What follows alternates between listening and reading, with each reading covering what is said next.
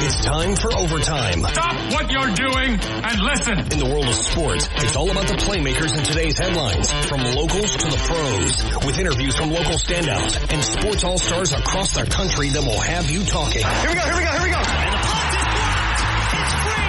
Hear from coaches to players, sports analysts, and broadcasters who are a part of the action every day. Overtime, now on ESPN 102.3 and AM 1000 KSOO, Sioux Falls sports leader.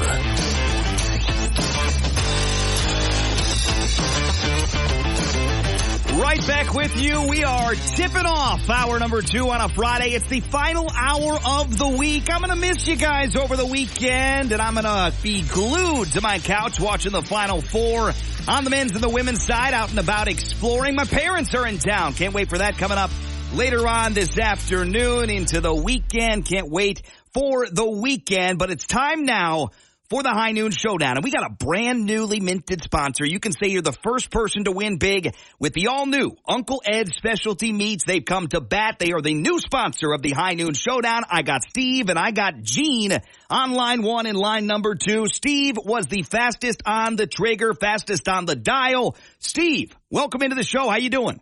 Good. How are you? It's great to have you. I am rocking and rolling on a Friday, my friend. Let's go and ask you this question. You got an opportunity to pick your list since you were our first caller. Would you like your questions from List A or List B today? List A, please. List A for Steve. That puts our guy Gino on List B. Steve, since you got to pick first, it means that you're up to bat first. Let's do it. It's time for the High Noon Showdown, brought to you for the first time by the all-new Uncle Ed's Specialty Meats. Put 'em up. Put 'em up. Are you out of your mind? Because we could go to war. I'm for real. So you better check yourself. Doesn't have to be a fight in the parking lot, although we'd love to see that, actually. It's time to duke it out in this week's edition of the High Noon Showdown. The drama is building. The High Noon Showdown brought to you by the all-new Uncle Ed's Specialty Meats. It is grilling season. You can smell the grills in your neighborhood as it is warming up. Dust off the grill, head to Uncle Ed's, and get the best meats in the Sioux Empire to fire it up and fire up your family and friends as well. Uncle Ed's Specialty Meats, the place to go here in the 605. Steve, are you ready? Let's do it. List A for Steve. Your first question today, as always, is a jersey number. If you pay attention to the NFL now, if you paid attention to the NFL 5, 6, 7, 8, 10 years ago, you should know this. What jersey number, Steve, did Phillip Rivers wear in the entirety of his NFL career?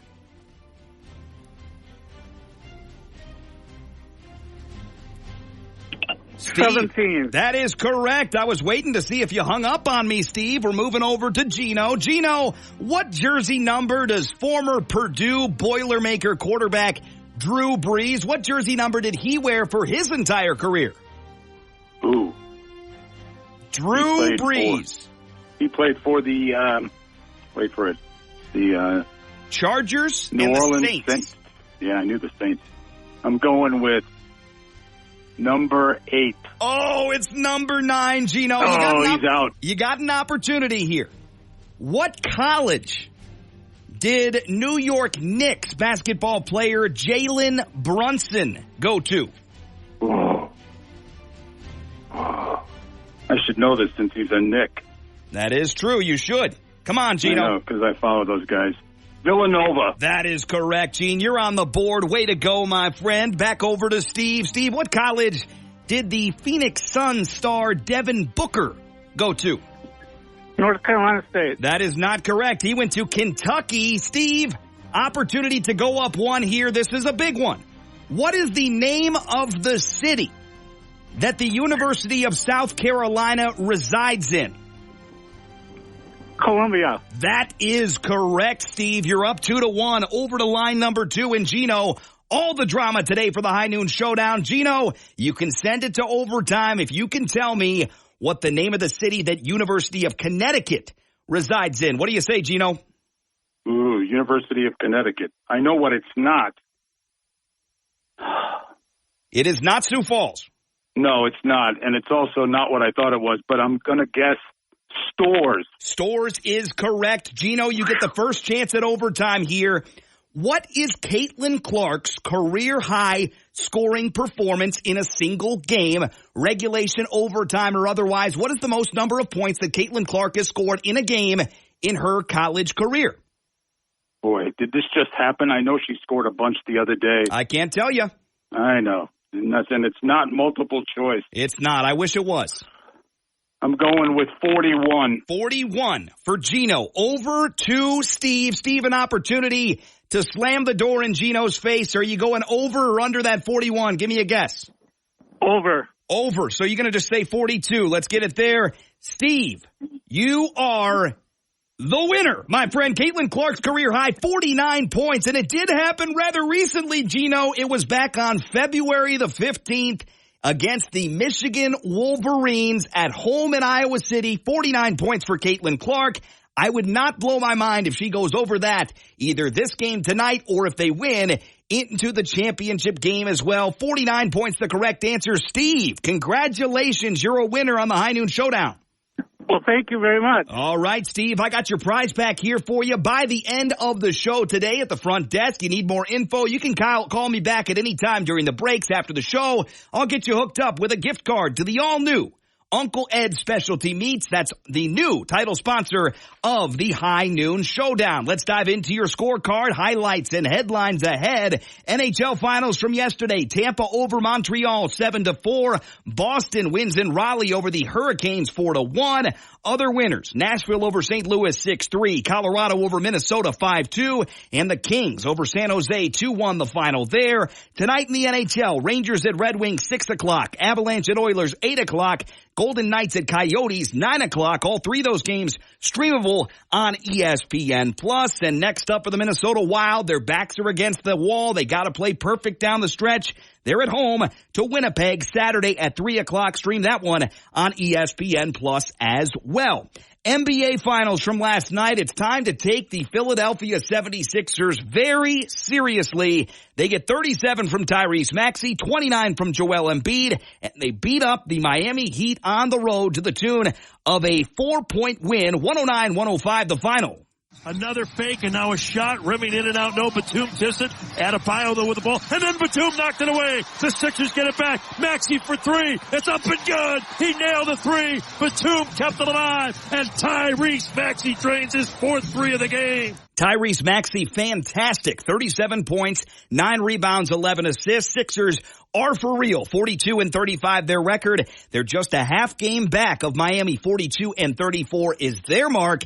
Evan Cohen, like myself, taking the Sixers very seriously as far as a title contender goes. If I'm a Philadelphia 76er fan, I don't think there's any playoff loss that you should be okay with. Not one. Wow, not against really? any team. I think the Philadelphia 76ers are that good. When you've got both of you yesterday writing off the Bucks, you've got other people, CC and I specifically, questioning, let's see what Boston does in the postseason. You've got the Cavs sputtering. You've got Julius Randle out for the Knicks. Why can the Philadelphia 76ers not go to the NBA Finals, just out of curiosity? Like, why? They are so good. They play so hard. Embiid, is just so big and dominant whenever he wants to be. Maxey goes at 8,000 miles per hour, and they're insanely well coached by Nick Nurse. I think they're awesome, and I would not be surprised if they went to the NBA Finals. I've taken notice. Evan Cohen's taken notice. A lot of NFL fans and analysts have also taken notice. And, of course, so is Las Vegas, because overnight the Sixers have leaped up over the Minnesota Timberwolves, over the Dallas Mavericks,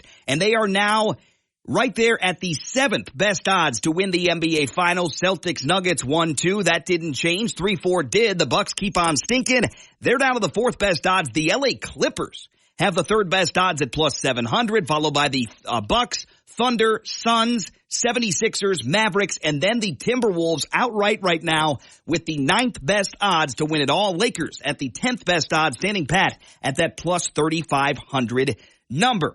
Now other news and finals from the NBA. Golden State over Houston, 133-110, and Denver lost to the Clippers last night on the road, 102-100 the final. Tonight in the NBA, Thunder at Pacers, 6 o'clock, Knicks at Bulls at 7, Raptors at Bucks, same time, Warriors at Mavericks, 7:30, and if you want to stay up late and watch those Timberwolves on the TV, they're in Phoenix, matching up with the Suns, 9 o'clock on NBA TV. Men's basketball, the NIT final was last night, and it was Seton Hall over Indiana State. Final score, very good basketball game, 79-77. Seton Hall Pirates 25-12. Indiana State concludes the season at 32-7. Men's Final Four starts on Saturday from State Farm Stadium down in Glendale, Arizona. NC State and Purdue, 5 o'clock on TBS. Alabama and UConn, 7:45, also watchable on TBS. Women's basketball, the WNIT final looms on Saturday. St. Louis battling Minnesota from Edwardsville, Illinois, 2 o'clock on CBS Sports Network. NCAA Tournament Final Four begins tonight in Cleveland. NC State, South Carolina, 6 o'clock on ESPN. UConn and Iowa, 8 o'clock on ESPN. Time to hear from Caitlin Clark talking about what is the moment that has meant the most and what she's most proud of in her collegiate career and this year leading that Hawkeye program. I think I'm most proud of just the way my career has evolved over the course of the last 4 years. I think, coming in here and, I don't know, there wasn't people didn't really ever think we would get to the Final Four, and now to be here back-to-back times is amazing. But, at the end of the day, people aren't going to remember how many points I scored. People aren't going to remember, people may remember that we were in the Final Four twice, but people aren't going to remember, my buzzer beating shots versus whoever. That's not going to matter to people in the end. I hope they remember, how we made them feel, how we brought joy to their lives, how we gave their families something to scream about on the TV on the weekends. I hope those are the biggest things that people remember. I hope, all the young boys and girls remember the joy that we played with and how we took 10 seconds of our time to sign their autograph, and that inspired them to, be whatever they want to be. I think that goes for, I think I'm speaking for our entire team, and, that's what we're kind of the most proud of. Very well said there from Caitlin Clark. Impact felt and screamable moments at the TV. Check the box. Buzzer beaters. They will be remembered, even though she says people won't remember those. They're going to remember those too, Caitlin. You've been fantastic as a person and player. Hopefully, the collegiate career continues beyond tonight. UConn and Iowa, 8 o'clock on ESPN. Major League Baseball finals from yesterday. They played 2 in New York between the Mets and the Tigers. Tigers won game 1, 6-3 and lost game 2 to the Mets, 2-1. First win of the year for New York. They're 1-5. Tigers' first loss of the year in game 2. They are 5-1. Home opener was spoiled yesterday for the Minnesota Twins by the Cleveland Guardians. Final score there, it was 4-2. Cleveland on top. Here comes the 0-1. Swung on, lined right side, sinking fast, shallow right, and it falls in for a base hit. Ramirez scores. Naylor makes it to third, stops there, and Tyler Freeman gives the Guardians a 2-run lead with an opposite field single to shallow right center. And the Guardians continue to click here in the 4th inning. Guardians win at 4-2. Audio there courtesy of WTAM. Other finals, St. Louis over Miami 8-5, and the White Sox beat up on the road by Kansas City 10-1 Royals in that matchup. Today and tonight in Major League Baseball, A's at Tigers 12-10. That's just now getting underway. Dodgers at Cubbies 1:20 on ESPN+. Rays at Rockies, White Sox at Royals, Mariners at Brewers. Just a few other matchups going on today in Major League Baseball. And your Minnesota Twins weekend schedule, home to Cleveland tomorrow and Sunday, 12:30 pregame coverage right here on ESPN Sioux Falls. First pitch times 1:10 in the afternoon. NFL news to get to from this week as we tune it up for the weekend. Each and every day, stuff going on in the NFL draft, movement of Stephon Diggs. We did hear from Buffalo's general manager Brandon Beane about the impetus to move the star wide receiver down to Houston. You don't want to get into every reason you make every move. It's not one thing with any player. We've traded other players here. We've acquired players, him being one. Everything you do, you think is the best decision. And you make it, you weigh the pros and the cons of every decision like this. And we don't take it lightly. But you're always making it in the best interest of the Bills. And that's what we're trying to do here. And, we made the move. A lot of opinions out there about the future of the Buffalo Bills. I said this before. I'll say it again. Their Super Bowl window is still open. Their title window, playoff window, whatever is still open because of the guy that wears number 17 in that offense, Josh Allen. Pretty darn good quarterback, top 5 quarterback in the NFL. He has the window cranked open by himself. Now, how far open is that window is up for debate. It's definitely a little bit more closed than it was last year. They got to reinvent themselves and find the next iteration of Buffalo Bills winning football. The issue is they got a couple teams that want their spot, including the Cincinnati Bengals, a couple teams in the division that are getting better as well. The Bills up against it in 2024 going to be a very intriguing team, fringe playoff team for sure in Orchard Park this season. Other NFL news, we got a blurb from Dominique Foxworth in hour number 1 on the generational talent receiver Marvin Harrison Jr. The quarterbacks are up for debate. We know Caleb Williams likely to go number 1 to Chicago, but the second overall pick, is it Jaden Daniels, is it Drake May, or could it maybe, just maybe, be J.J. McCarthy? Dan Graziano says yes, it could. I don't necessarily believe that J.J. McCarthy is where Washington will land at number 2, but I know that they're taking a look at him because they're doing their due diligence on all these guys. They're taking a look at Caleb Williams in case something goes weird with him and the Bears, but as of now, we don't think Caleb Williams is taking any more visits besides the Chicago one, so that the drama seems to have been sapped from that. That's Dan Graziano of ESPN talking about Caleb Williams, number 1. It could be a trio, could be a quintuplet of options for Washington at number 2, maybe a trade down in the works. Who really knows? The NFL draft approaching less than 3 weeks from now. Can't wait. April 25th through the 27th from Detroit. NASCAR race fans, races Sunday, 2 o'clock, Fox Sports 1 at Martinsville. PGA Tour golf continues from the Valero Texas Open in San Antonio through Sunday. And it's week 2 of the United Football League. Saturday's matchups, 11 o'clock on ESPN, San Antonio at Memphis. And 7 o'clock on ABC, it's Renegades at Battlehawks from St. Louis. Sunday, Stallions at Panthers, 11 o'clock ESPN. Roughnecks at Defenders, 3 o'clock on Fox. That is week 2 of the UFL.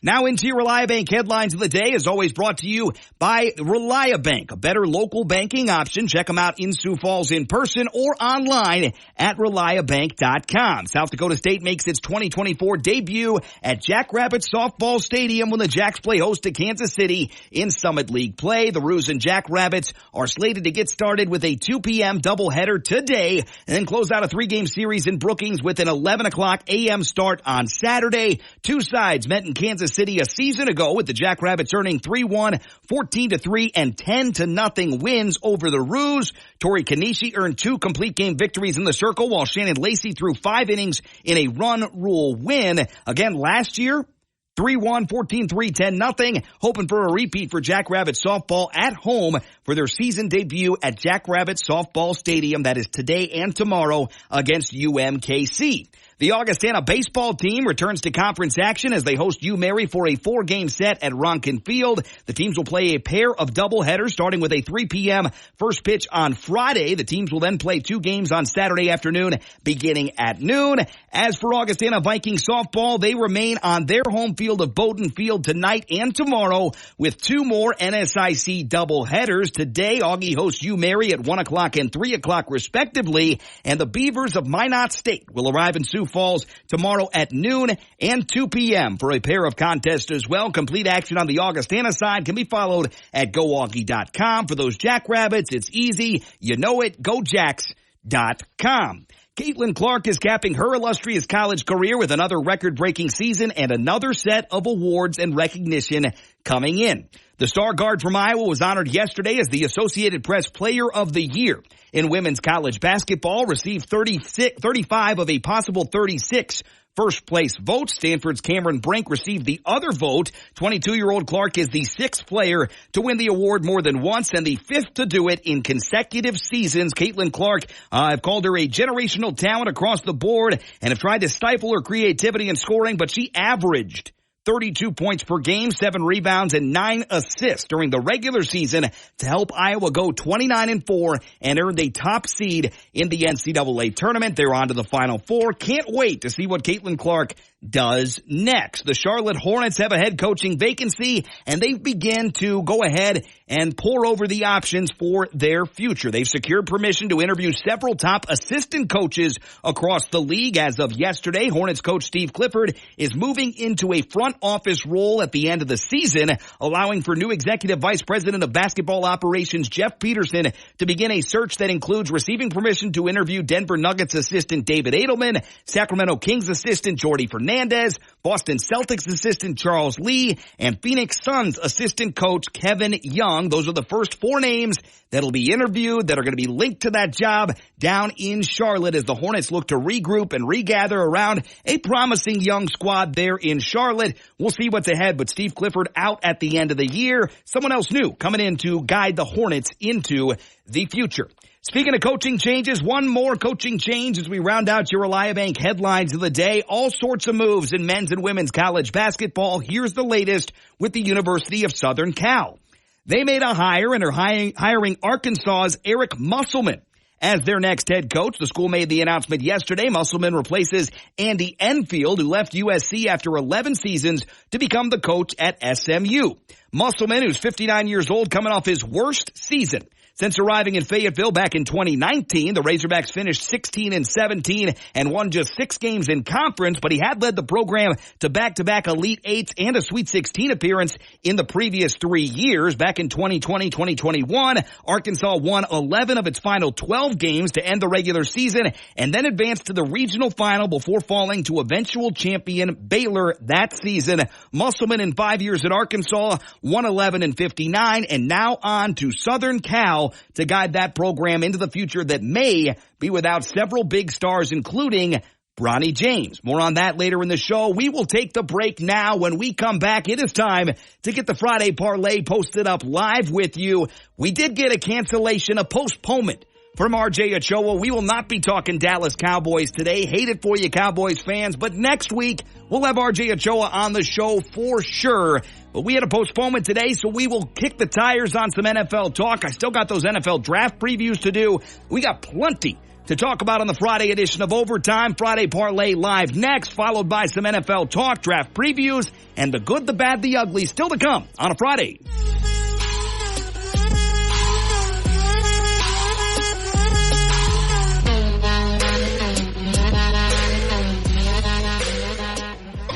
Overtime is in the middle of your workday. Unwrap your sandwich and get caught up with Burt Ramin on ESPN 102.3 and AM 1000 KSOO, Sioux Falls sports leader.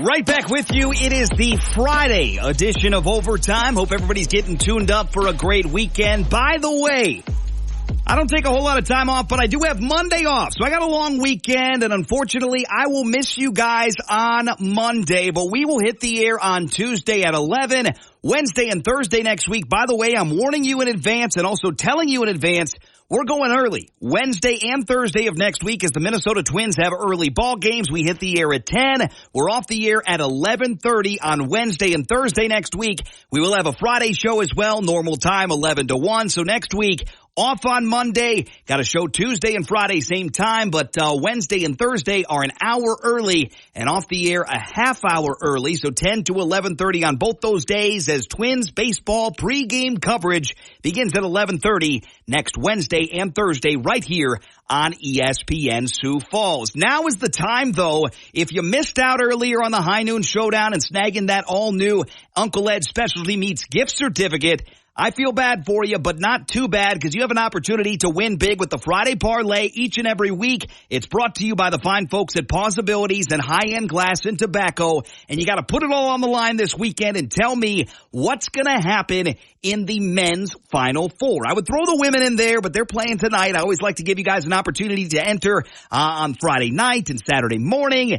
NC State and Purdue, the Wolfpack, which I think will win the game, are a 9.5-point underdog. If you're a fan of DJ Burns, if you're a fan of picking the hot team, roll with NC State. If I'm wrong, don't blame me. But that's just my advice there. NC State plus 9.5 against the Purdue Boilermakers on Saturday. Saturday night, Bama and UConn. Bama is an 11.5-point dog. You can bet that one whichever way you'd like with the Friday parlay. Your third pick is NBA basketball on Sunday. It's a big game for the Lakers at home to Minnesota. Lakers are a 3.5-point favorite on their, or 3.5-point dog on their home floor. No, that's not the spread. I couldn't find one, so I made one up. Lakers plus 3.5 at home to the team that I think is superior in the Minnesota Timberwolves. Pick that one whichever way you'd like. And your tiebreaker, total points between Houston and Dallas from Dallas in the NBA on Sunday. That's an earlier game. You can enter now. You can enter tonight. You can enter tomorrow morning. But again, as always with the parlay, you can have one entry. You got to be following us to win, and you can enter to win Minnesota Twins tickets over the weekend and more. Friday Parlay officially posted right now with a click of the button and a dancing DJ Burns as the gift there on the post. Friday Parlay brought to you by Possibilities and High-End Glass and Tobacco. Your picks, NC State plus 9.5 against Purdue. Bama plus an 11.5 against UConn. NBA action as well. Minnesota at the Lakers plus 3.5. And your tiebreaker, total points, Houston at Dallas on Sunday in the NBA. Friday Parlay has been posted up live. When we come back, RJ Ochoa cannot join us today. He'll be on the show next week. Don't fret, Cowboys fans. We'll talk about the tremendously difficult, stressful, otherwise maddening offseason for the Cowboys next week on the show. But coming up next, NFL Draft Talk, more news from the National Football League, including another bad layer of the onion on the Rashee Rice driving situation. Not only was he driving, but more troubling details out about the incident and the fallout from the accident down in the Dallas area. We'll update you on that and much, much more coming up next. It's the Friday edition of Overtime right here on your Sioux Falls Sports Leader.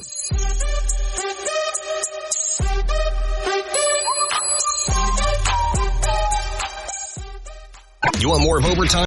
Free with the app or online at ESPN Sioux Falls. Overtime with Burt Rameen on ESPN 102.3 and AM 1000 KSOO.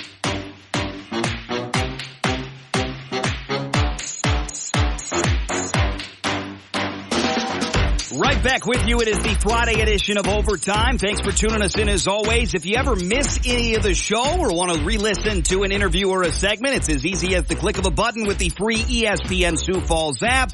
If you're not an app kind of person, old school ESPNSiouxFalls.com, the place to go for Overtime on demand. The Carolina Panthers were not able to find a long-term extension or common ground or anything in common with star pass rusher Brian Burns, shipping him off via trade to the New York Giants this offseason. But that's not the case with defensive tackle Derrick Brown. They reached an extension as of today. Derrick Brown has agreed to a 4-year contract extension to remain in Charlotte with the Panthers as of today. A source telling ESPN's Adam Schefter that the deal is $96 million over the 4-year extension, $63 million of which is guaranteed. The $24 million per year average on Brown's extension is now the 4th highest in the NFL for a defensive tackle. Trails only the Chiefs' Chris Jones, Raiders' Christian Wilkins, and the Ravens' Justin Madubuike, who all signed their deals during this offseason as well. Brown is just 25 years old, named a Pro Bowler for the first time last season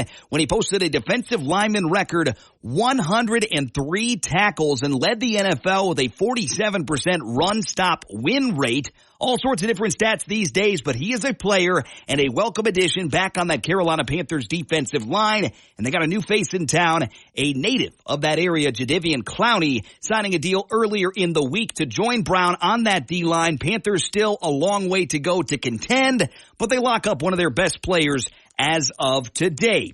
The Buccaneers agreed to terms with outside linebacker and pass rusher Randy Gregory on a 1-year deal just yesterday. The move helps the Bucs fill a needed outside linebacker and the second-round draft pick by the Cowboys out of Nebraska back in 2015. Gregory finished last season with the Niners, who acquired him in a trade with the Broncos. Between those two teams, Gregory had 3.5 sacks, 20 tackles, 6 tackles for loss, 10 quarterback hits, and a pass defended over 16 games of work.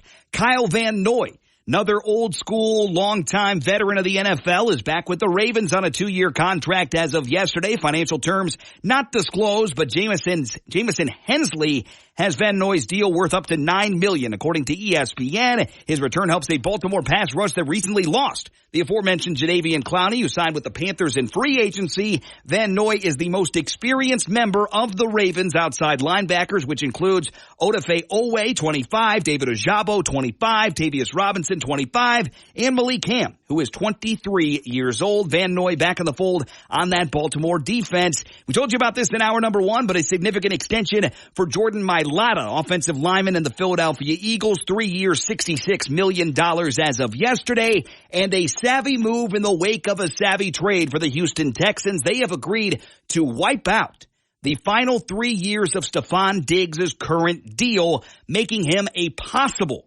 free agent at the conclusion of the 2024 NFL season. The Texans also took a $3.5 million guaranteed to Diggs next year and moved it into this season, giving him a raise and assuring him $22.5 million in guarantees this year. Texans acquired Diggs on Wednesday, sending a second-round pick next year, 2025, to Buffalo. Houston also acquired 2 draft picks in the deal, 2024 6th-rounder, 2025 5th-rounder, when they traded their first round again. So across the board, the Texans acquiring 2 picks now, and potentially this opens up the window if Diggs has a good year. If he has just an okay year or a great year and somehow, some way leaves Houston, whether he gets more money elsewhere, whether he's unhappy or the Texans don't want him or both, if he goes anywhere else, the Texans now have the opportunity to capitalize further and acquire a 3rd draft pick via compensatory selection. That wouldn't even be all the way till 2026. But regardless, it was a win of a trade for Houston, a win of a trade for acquiring talent, a win of a trade for kicking the ball down the court as far as the contract goes, and then now an opportunity to get another pick back just in case he's not on the roster in 2025. Houston doing a masterclass right now in terms of NFL contract and trading negotiations. Now for the latest on Rashee Rice. This continues to get a little bit worse and worse down the stretch, and we're going to get you the latest on this situation. There are some rumors out there. I want to make sure that this is confirmed by a reputable source before I share it on the air. That's always very important to me. But the news that was released this morning is confirmed. According to ESPN.com, Rashee Rice was the driver of one of the 2 speeding sports cars who left and caused a chain reaction crash on a Dallas highway over the weekend. Why Rice left the crash on Saturday was a quote-unquote good question that's still being investigated, said Rice's attorney, State Senator Royce West, who declined to elaborate. West expects charges to be filed against Rice, who was driving a Lamborghini SUV, he said at a news conference without his client present. He's a young man that made a mistake, West said on Thursday, adding that Rice's heart goes out to those who were injured. The crash involved the Lamborghini Urus, a Chevrolet Corvette, and 4 other vehicles, and left 4 people with minor injuries, according to the police. And again, that is the latest on that Rashee Rice situation, and we'll wait to share any other further details. If you want the juicy rumors that are out there, all you got to do is head to Twitter. There is some smoke right now about further details on the incident. But again, it's not confirmed enough for me to feel comfortable sharing it right now on the air. Now, let's dive into some NFL draft previews. The Detroit Lions and the Buffalo Bills. We're making our way from pick 32 all the way down to pick number 1. At the jump, we did the teams that didn't have a draft pick. We talked about the Houston Texans, talked about the Cleveland Browns, and talked about the Carolina Panthers, the 3 teams in the NFL that currently don't have a first-round draft pick. Now we talked about the Chiefs, the Niners, the Ravens over the last couple days, and now it's time to talk about the team that I was absolutely, positively the most wrong about last year. The Detroit Lions. I told you guys I wasn't buying into it. I told you guys I didn't like getting rid of Montgomery or getting rid of Williams in favor of Montgomery. I didn't understand the double dip on running back in the draft. And I ate my words throughout the season with Detroit. That's in the past. I was wrong. The Lions have 7 picks now in this year's NFL draft. They've got 1 in the 1st, the 2nd, the 3rd. Don't have a 4th round pick. They've got a 5th, 2 6th, and a 7th. The needs for the Lions right now: cornerback, edge rusher, safety, wide receiver, and tackle. They drafted a safety last year in Deion Branch, or not Deion Branch rather, but the Branch kid, Brian Branch, not Deion Branch, but Brian Branch, the safety from Alabama. He's more of a box style safety, so they need some of that free safety help on the Detroit Lions heading into this offseason. Tyler Nubin, of Minnesota. Seems like a Detroit Lion written all over him. We'll wait and see, but I like the fit there at the end of round number 1. Lions pick 29th overall. Cornerbacks that'll be available more than likely Nate Wiggins, maybe Cooper DeJean, Kool-Aid McKinstry of Alabama, edge rushers Chop Robinson, Chris Braswell, Adisa Isaac, and others will be there. In the bottom of the first, top of the second, maybe the bottom of the second, we'll wait and see, and Detroit should absolutely positively gobble up any of those tackles that might fall towards the end of the first round. There's 8 projected tackles that could be NFL tackles, guards, or centers that are projected to go in the first round. And I think 1 or 2 of those guys might fall to the mid-20s, late 20s. If one of them does, Detroit should think long and hard about adding to that offensive line. Now for the Buffalo Bills, they now have 10 picks in the NFL draft. They've got 1 in the first, 1 in the second, and here's where it gets interesting for Buffalo. You can be very critical about them for shipping away Stephon Diggs, but they have an opportunity to reload quickly. They've got a first, they've got a second, no third-round pick. But they've got 2 4s, 3 5s, 2 6s, and a 7, 10 picks for the Buffalo Bills. It's the most among any team, tied for the most among any team that we've previewed so far. Buffalo, again, 1 in the first, 1 in the second, 2 4s, 3 5s, 2 6s, and a 7. The reason I like that so much is not because of where they currently stand, but the package deals you can make. You can get into the third round for those 2 fourth-round picks. You can get into the 4th round for those 2 fifth-round picks, and you can get back into the 5th round for the 2 sixth-round picks. So if Buffalo wants to be aggressive and go get their guys that they like that might be falling, guys that they like at a good value, they can absolutely do it. They have 10 picks, but count me in as a believer that the Buffalo Bills should and could be aggressive. Fits now and positional needs for the 11-6 Buffalo Bills. Edge rusher, defensive tackle, safety, running back as in backup to James Cook, and wide receiver. They need to draft or sign an undrafted free agency a minimum of 3 wide receivers this year because Curtis Samuel and Mac Hollins, congratulations, you're on the roster. You'll probably make a lot of catches this year, but you're not a long-term answer for the Buffalo Bills, or at least I don't believe so. Now, Khalil Shakir might be. He might be in the play to be there in Buffalo for 5, 6, 7 years. He could be a really good player, although we have yet to see the marquee capability because he's been behind Stephon Diggs and others during his time, and Gabe Davis also out of town. So Buffalo needs to draft 3 receivers or draft 2 and sign one in undrafted free agency or regular free agency for a veteran. Keon Coleman, Johnny Wilson, 3 receivers minimum for the Buffalo Bills. Those are fits there. At safety, Kalen Bullock of USC, Cole Bishop of Utah, Cameron Kitchens of Miami. All of those guys need to be a Bill because the Buffalo Bills said so long to Jordan Poyer. They also said so long to Micah Hyde for now. They've said so long to a zillion other players this offseason, including Tre'Davious White. They got needs at corner. They got needs at running back across the board. And one fit that we haven't talked about, a name that we haven't mentioned from our area. This is the first really good fit for South Dakota State's Isaiah Davis. How about the Buffalo Bills in that backup role to start the career with James Cook? That could be a really fun 1-2 punch out in Orchard Park. It's a guy that's used to the weather. He's used to the snow. He's used to bouncing off defenders and taking it to the house. Isaiah Davis to the Buffalo Bills. Would you hate it, Jackrabbit fans? I would not. I think that's a good fit there for Buffalo. That's the latest NFL draft previews here on the show. It tunes us up nicely to deliver the good, the bad, and the ugly. Some of this very ugly coming up next on Overtime.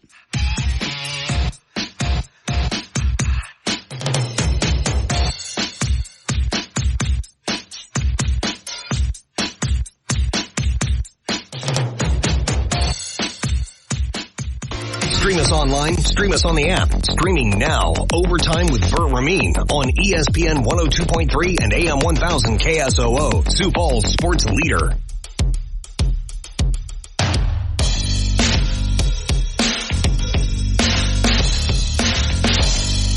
Right back with you. It's the Friday edition of Overtime. It's the final segment of the week. Gonna miss you guys over the weekend. It's a long weekend. Next show Tuesday from 11 to 1 right here on ESPN Sioux Falls. Opportunity to win big is up and available over the weekend. The Friday Parlay already has its first 10 entrants. You can get in on the action on Twitter at ESPN Sioux Falls, brought to you proudly each and every week by Possibilities in High-End Glass and Tobacco. And it's time now to finish up the show and the week the only way we know how, and that's by giving you the latest and greatest from the good, the bad, and the ugly.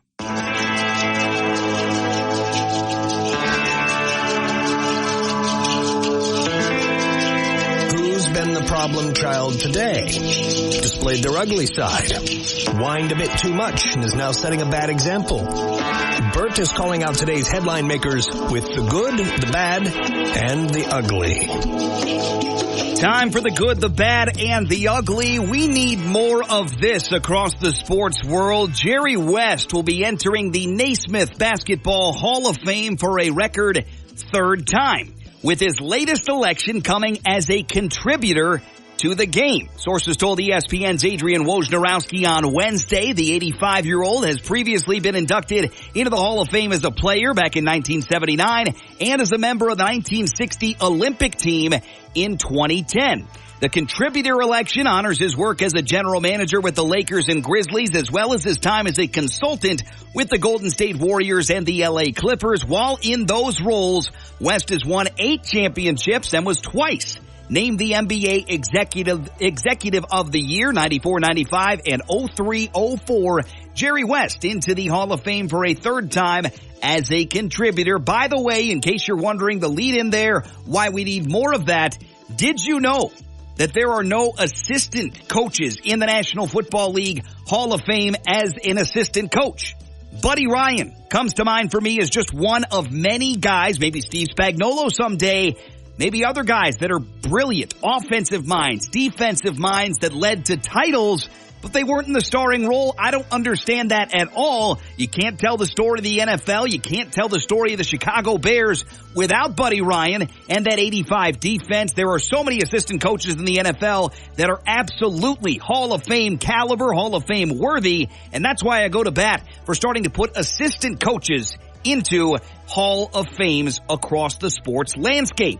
This one is really good news for Philadelphia. It's bad news for everyone else in the Eastern Conference. The 76ers began this week firmly entrenched in 8th place in the East and unsure of, when Joel Embiid would return. Now, after pulling off a dramatic comeback thanks to a 15-3 run to close out the game to beat the Miami Heat last night at Kaseya Center with the league's reigning MVP back in the lineup, an escape from the play-in suddenly possible and plausible for the Philadelphia 76ers. It was a tough environment, and it's what keeps the team that's super athletic and physical that had us up against the ropes and kept on swinging. Somehow we got out of there. Sixers coach Nick Nurse said afterwards, that thing looked at times like it could have gotten away from us, but I thought we stood in there and we did a lot to get through the intensity and the pressure. The Sixers playing really darn good and could easily get out of the play-in, and not so easily, but plausibly get into the top 4 in the Eastern Conference, and it feels like they're destined to beat Boston. And the way that Tyrese Maxey has grown into his role in the absence of Joel Embiid, in the absence of James Harden, who left town, I really like the way that the Sixers have done this, and it's not by design that Joel Embiid, of course, got hurt, but the fact that he gets hurt and Maxey steps up and does his best in leading that team, and right back comes Embiid, and they're clicking and firing on all cylinders. Hard to bet against the Sixers early in the playoffs, to say the least. Now to the ugly to round out the week. It's not the Oakland A's anymore, and it's pretty darn sad. The Athletics will officially leave Oakland after this season and will play at least 3 years in a minor league ballpark in West Sacramento. The team and Oakland officials announced early Thursday morning the move ends the Athletics' 56-year tenure in the East Bay, a stretch that included 4 World Series championships, although the current team appears to be headed for its 3rd consecutive 100-loss season. The agreement with Sacramento is a 3-year lease with a team option for a 4th year in case the team's planned ballpark on the Las Vegas Strip is not completed in time for 2028. The A's will share Sutter Health Park, which holds roughly 14,000 fans, with the Sacramento River Cats, the San Francisco Giants AAA team.